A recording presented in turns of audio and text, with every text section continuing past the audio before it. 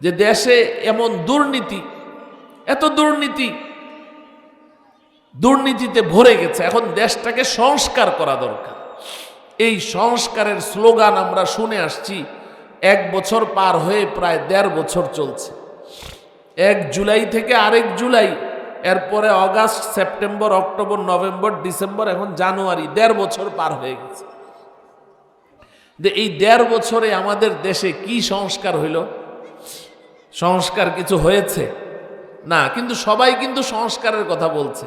এই যাদেরকে উপদেষ্টা বানানো হয়েছে, প্রধান উপদেষ্টা থেকে নিয়ে আরম্ভ করে সব উপদেষ্টারা কিন্তু সংস্কারের কথা বলছে, বলছে না?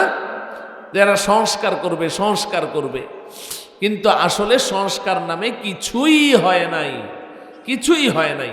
কারণটা কি? সবাই তো সংস্কারের কথা বলছে, সবাই সংস্কার চাইছে, কিন্তু সংস্কার বলতে আমরা তো কিছুই দেখছি না। আগে যা ছিল এখনো তো তাই।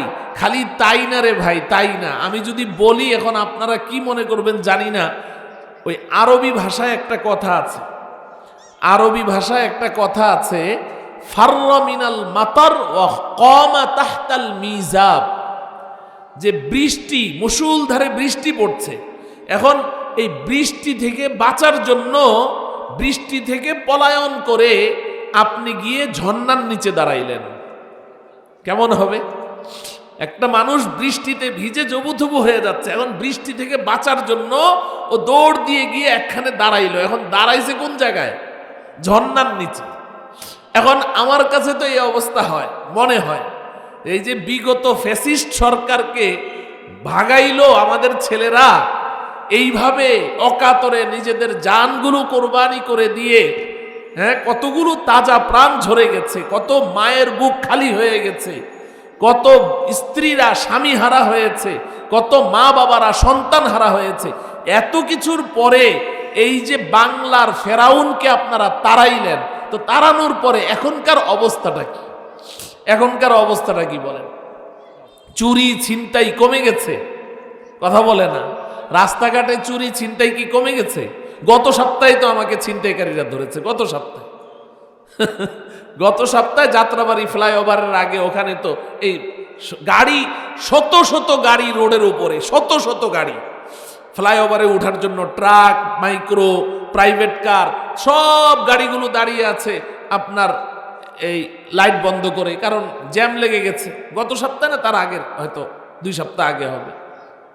বাস এই কতগুলো ছেলে, 20 বছর, 22 বছর, 18 বছরে, 18-20 বছরের বয়সের ছেলেগুলো, এরা প্রত্যেকটা গাড়িতে গিয়ে গিয়ে গ্লাস বাইরেতেছে, গ্লাস খুলে মোবাইল টোবাইল, টাকা পয়সা সব নিয়ে চলে যাচ্ছে, কারো কোনো খবর নেই, সব চুপচাপ। তো এই তো আমাদের সংস্কার, এই হলো সংস্কার। কিন্তু প্রশ্ন হলো যে সবাই আমরা সংস্কারের স্লোগান তো দিচ্ছি, কিন্তু সংস্কার নামে কিছুই তো হচ্ছে না, বরং দুর্নীতি তো আরো বাড়ছে, দুর্নীতি আরো বাড়ছে। কি সংস্কার হইল? 1.5 বছর পার হয়ে যাওয়ার পরে আমাদের বাংলাদেশের রাজধানীর একটা ছেলেকে দিনে দুপুরে সবার সামনে গুলি করে এই শরীফ উসমান বিন হাদিকে হত্যা করে 6 ঘন্টার মধ্যে বাংলাদেশ থেকে ইন্ডিয়া পাড়ি দিয়ে চলে যায়। তাইলে বুঝেন যে কি পরিমাণ সংস্কার দেশে হয়েছে, কি পরিমাণ দেশে সংস্কার হয়েছে। কিছুই হয় না, কিছুই হয় না। দিন দিন অন্যায়, অবিচার, দুর্নীতি শুধু দিন দিন আরো বেড়েই চলছে, বেড়েই চলছে। তো এই সংস্কার কেন হচ্ছে না? কেন সংস্কার হচ্ছে না? এই কথাটা একটু আমি আপনাদেরকে বুঝাইতে চাই। ও আমার প্রিয় ভাইয়েরা, আল্লাহ রব্বুল আলামিন সংস্কারের পদ্ধতি বলে দিয়েছেন, কিভাবে সংস্কার করতে হয়। আল্লাহ যদি না চান কোনো সংস্কার হবে, আর আল্লাহ যেই পথে আমাদেরকে সংস্কার করতে বলেছেন ওই পথ বাদ দিয়ে আমরা যদি ভিন্ন কোনো সংস্কারের পথে হাঁটি, সংস্কার হবে? মোটেও হবে না। আল্লাহ রব্বুল আলামিন সংস্কারের কথা বলেছেন।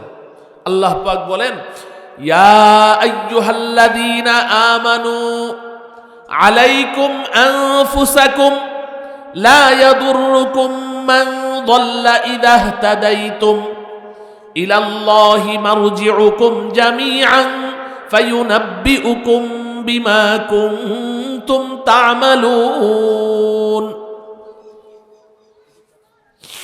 আল্লাহ পাক বলেন, আচ্ছা আল্লাহ পাক কি বলেছেন এটা বলার আগে আমরা যারা সংস্কারের কাজ করছি আমাদের অবস্থাটা আগে বলি।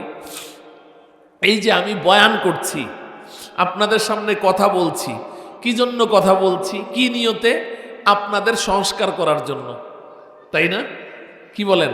এই যে বক্তারা যে বসে যে বয়ান করে, বাংলাদেশে যত বক্তা আছে হাজার হাজার, দৈনন্দিন কত হাজার হাজার মাহফিল হচ্ছে, তাই না? মিম্বারে বসে খতিব সাহেবরা কথা বলছে, তারপরে প্রশাসনের লোকজন যারা আছে তারা অনলাইনে কথা বলছে, বিভিন্ন দল, রাজনৈতিক দল, সংগঠন তারা কাজ করছে, বিভিন্ন এনজিও তারা কাজ করছে, সংস্কারের কাজ করে। এই সংস্কারটা আমরা কেমনে করি? সংস্কারটা করি হলো এই যে আমি এখানে বসছি, এখন কেন বসছি? যে যারা শ্রোতা আছে আমার সামনে তাদের মধ্যে কি কি সমস্যা আছে, ভুল ত্রুটি আছে, এগুলো শুধরিয়ে দেওয়ার জন্য আমি বসেছি, তাই না? আল্লাহ পাক বলেন এটা সংস্কারের পদ্ধতি না। আমরা সংস্কার করি যে মানুষের মধ্যে এই সমস্যা, অমুকের মধ্যে এই সমস্যা, ব্যবসায়ীদের মধ্যে এই সমস্যা, চাকরিজীবীর মধ্যে এই সমস্যা, শ্রমিকদের মধ্যে এই সমস্যা, নারীদের মধ্যে এই সমস্যা, পুরুষদের মধ্যে এই সমস্যা, অমুক এলাকার মানুষের মধ্যে এই সমস্যা। এই আমি বসে বসে খালি এগুলো বলতে আছি যে এই ব্যবসায়ী ভাইরা তোমাদের মধ্যে এই সমস্যা আছে, এটা ঠিক করো। এই চাকরিজীবী ভাইয়েরা তোমাদের মধ্যে এই সমস্যা আছে, এটা ঠিক করো। এই মহিলা জাতি ও নারী জাতি, মা বোনেরা তোমাদের মধ্যে এই সমস্যা আছে, এটা ঠিক করো। আমি খালি দুনিয়ার সব মানুষদের খালি সমস্যার কথা আমি উল্লেখ করছি, কিন্তু একবারও এটা বলছি না যে আমার মধ্যে এই সমস্যা আছে, এটা ঠিক করা দরকার। বলছি কি? কোনো বক্তা বলে, কোনো ওয়াইজ বলে না। আমরা খালি মানুষের সংস্কারের দায়িত্ব নিয়ে নিয়েছি যে কার মধ্যে কি দোষ আছে। অমুকে ধ্বংস হয়ে গেল, অমুকে শেষ হয়ে গেল, ওই বিচারালয় শেষ হয়ে গেল, আদালত শেষ হয়ে গেল, মন্ত্রণালয় শেষ হয়ে গেল, সচিবালয় শেষ হয়ে গেল, অমুক উপদেষ্টা শেষ হয়ে গেল, অমুক দল ধ্বংস হলো। খালি অমুকে কি করলো, অমুকে কি করলো, এই জায়গায় শুধু সংস্কার চলছে, সংস্কার চলছে। কিন্তু আমার মধ্যে কি দোষ ত্রুটি আছে এটা কিন্তু আমি একবারও চিন্তা করছি না। আমি মনে করছি যে আমি তো ঠিকই আছি। আল্লাহ রব্বুল আলামিন কি বলে শোনেন। আল্লাহ পাক বলেন, ইয়া আইয়ুহাল্লাযীনা আমানু আলাইকুম আনফুসাকুম, আলাইকুম আনফুসাকুম, এই ঈমানদারেরা তুমি তোমার নিজেকে শুধরাও, নিজেকে সংস্কার করো।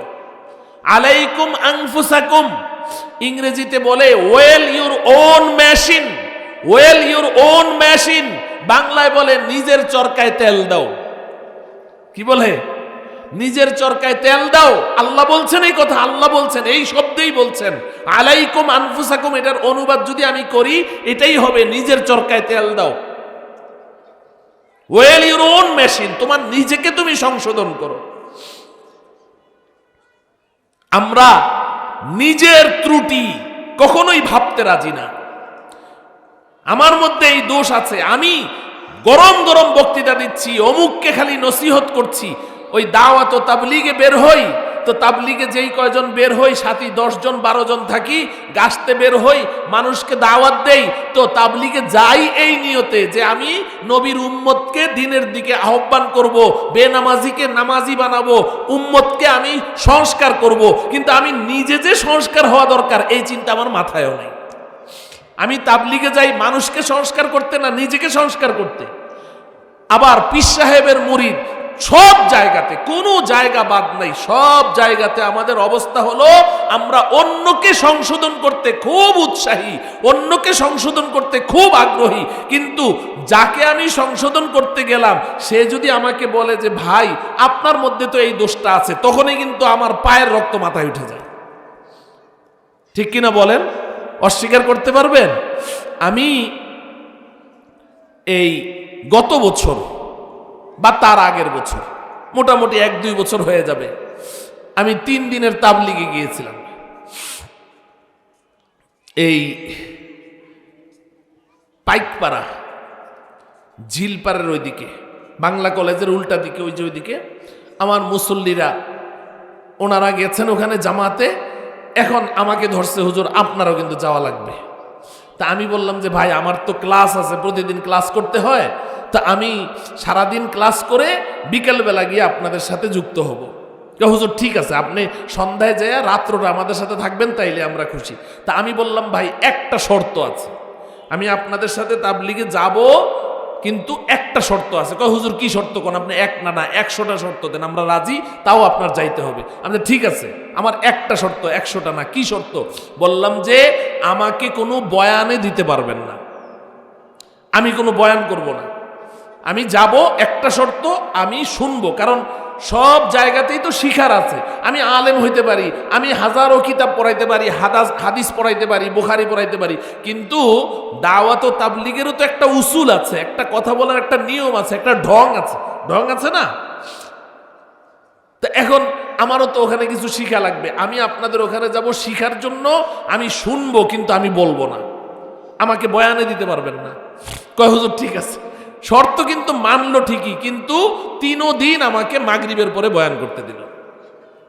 এখন ওখানে মুসল্লিরা আছে, ওখানেও তো অনেকে আমাকে চিনে, তো যেহেতু চিনে, যাওয়ার পরে সবাইকে হুজুর আপনি থাকতে আবার বয়ান কেটা করবো, আপনিই তো করবেন। তো আমাকে 3 দিন বয়ান করতে দিল। কিন্তু ঘটনাটা আপনারা শোনেন, আমাদের অবস্থাটা কি, একটা শিক্ষণীয় ঘটনা আছে। তো আমি প্রথম দিন বয়ান করলাম, খুব জোশের সাথে দরদ নিয়ে কথা বললাম। তো কিছু মুরব্বী চেয়ার নিয়ে পাশে বসা, ওই ওখানকার স্থানীয় কমিটির লোক বা এরকম কিছু একদম সাদা দাড়িওয়ালা কিছু মুরব্বী, ওনারা চেয়ার নিয়ে বসা, ওনারা বয়ান শুনছে।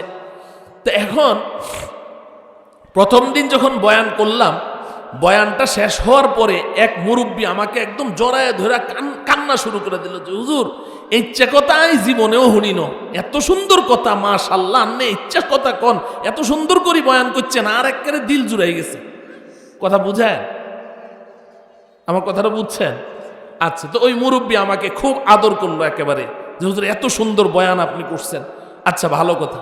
তো প্রথম দিন যে বয়ান করলাম, ওই বয়ান শেষ হয় নাই। তা আমি বললাম ঠিক আছে, যদি সম্ভব হয় কালকে বাকি। পরের দিন আবার বয়ান করলাম। তো পরের দিনও উনি আমাকে ওইভাবে খুব আদর করলেন, ওই মুরব্বী, যে মাশাআল্লাহ অনেক সুন্দর কথা। এই সেই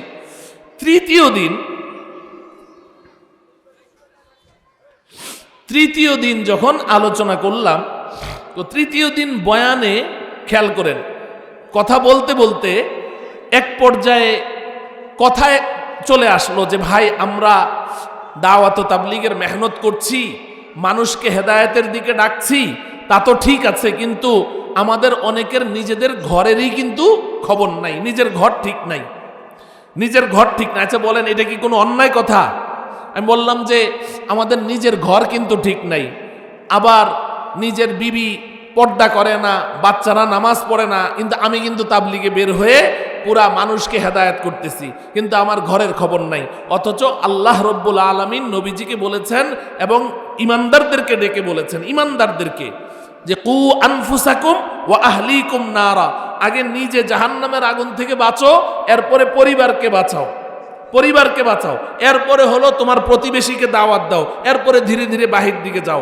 দাওয়াতটা শুরু হবে এইভাবে। তো এইভাবে বলতে বলতে এক পর্যায়ে বললাম যে আমি এমন অনেক তাবলীগের সাথীদেরকে পেয়েছি যারা ব্যাংকের বড় বড় অফিসার, ব্যাংকে চাকরি করে, তো ওনার ইনকাম হালাল না, ওনার ইনকাম কিনা হালাল না, ব্যাংকে চাকরি করে। এখন এই সুদি লেনদেন চলছে, নিজে হারাম খাইতেছে, বউকে হারাম খাওয়াইতেছে, বাচ্চাদেরকে হারাম খাওয়াইতেছে, কিন্তু উনি তাবলীগের বড় আমির। আমি এরকমও দেখেছি, সঙ্গক্রমে আমার চলে আসছে, কিন্তু আমি তো আর জানি না যে যেই মানুষটা 2 দিন আমাকে আদর করলো উনি ব্যাংকের বড় অফিসার। এটা তো আর আমার জানা নেই। আমি ওয়াজ শেষ হইল, ওয়াজটা শেষ হওয়ার পরে ভাই, উনি ওয়াজটা শেষ হওয়ার পরে উনি আমাকে বলতেছে, আন্নে এগুন কিয়া কন, আন্নের এগুন কোনো ওয়াজ হয়নি, এগুনের মধ্যে কোনো হেদায়েত আসেনি, আন্নে এগুন কিয়া কন। আপনি ছাল লাগাইছেন? আমি বলি, না আমি ছাল তো লাগাইনি। চিল্লা লাগাইছেন? না আমি চিল্লাও লাগাইনি। আপনি ধরা খাই যাবেন, আপনি ধরা খাই যাবেন। আপনার এগুনের মধ্যে কোনো হেদায়েত নাই, এগুন কোনো ওয়াজ হইল নি। এখন আমি তো একেবারেই বোকা, কি ব্যাপারটা কি? উনি গত 2 দিন আমাকে এইভাবে আদর করলো, বয়ানের এত প্রশংসা করলো, আজকে কেন এইভাবে খেপে গেল? পরে আমি বললাম যে ফাজায়েলে আমাল যিনি লিখছেন আপনি কি তাকে চিনেন? হ্যাঁ চিনি, শেখ জাকারিয়া রহমতুল্লাহ আলাই। বলে যে হ্যাঁ। আমি বললাম উনি তো ছালও লাগায় নাই, চিল্লাও লাগায় নাই, তো তাতে কি হয়েছে? কয় হেতনেও ধরা খাই যাবে, হেতনেও ধরা খাই যাবে। আরে এমন খেপা খেপলো ঘটনা কি? আমি তো একদম গাধা হয়ে গেল। পরে আমাকে ওখানকার একজনে বলতেছে, হুজুর আপনি তো সর্বনাশ করে দিয়েছেন, আপনি তো একেবারে সব শেষ। আমি কেন, কি হয়েছে? কয় উনি তো ব্যাংকের বড় অফিসার। কথাটা বুঝাইতে পারলাম? এটা তো আমি ওনাকে দিয়ে একটা উদাহরণ দিলাম, ঘটনা মনে পড়লো তাই। এটা শুধু ওনার অবস্থা না, আমাদের সবার অবস্থা, আমাদের সবার অবস্থা, আমাদের সবার একই অবস্থা, যে আমি অন্যকে শুধরাবো, আমি অন্যকে সংস্কার করব, আমি তোমার ভুল শুধরিয়ে দিব, আমি বক্তা, আমি একজন আলেম, অথবা আমি একজন সমাজ সংস্কারক, আমি একজন দেশের হর্তাকর্তা, আমি একজন কর্মকর্তা, আমি অন্যকে শুধরাবো, আমাকে কেন শুধরাতে যাবে? আমার মধ্যে কোনো দোষ নাই। আমাদের প্রত্যেকটা ইনসানের, বনি আদমের মূল সমস্যাটা ভাই এই জায়গায়, মূল সমস্যা এই জায়গায়। আমরা নিজেদের দোষ স্বীকার করতে রাজি না।